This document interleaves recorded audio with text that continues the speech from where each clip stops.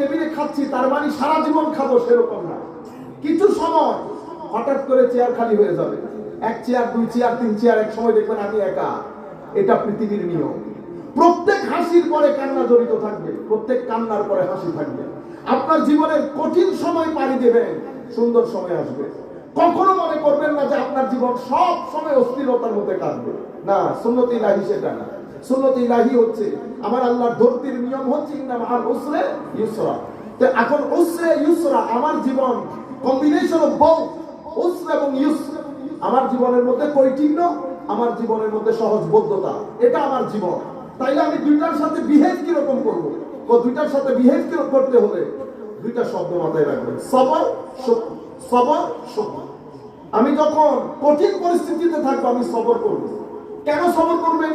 একটা জিনিস মাথায় রাখবেন, যত বিপদের মধ্যে আল্লাহ আপনাকে ঢালুক, আমার